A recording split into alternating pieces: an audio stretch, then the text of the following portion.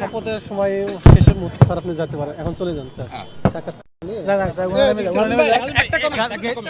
আমরা বৈষম্যহীন একটি সমাজ জুলাই বিপ্লবটা হয়েছে, সেই লক্ষ্যে গভর্নমেন্টকে যে ম্যান্ডেটটা দেওয়া হয়েছিল তার তিনটার একটা ছিল নির্বাচন।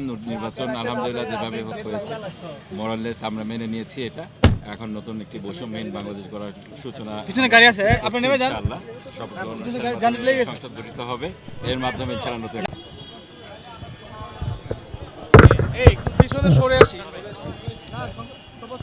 প্ল্যানিং এর কথা বলেছি। ইনশাআল্লাহ অপেক্ষা থাকেন।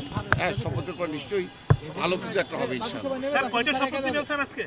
জি স্যার আজকে কয়টা শপথ? 10টা। কয়টা শপথ? স্যার এখন পর্যন্ত একটা। সংবিধান সংস্কার হ্যাঁ, সবকিছু আমরা এবার সংসদ কেমন হতে পারে? পার্টির সিদ্ধান্ত হবে। এবার সংসদ কেমন হতে পারে?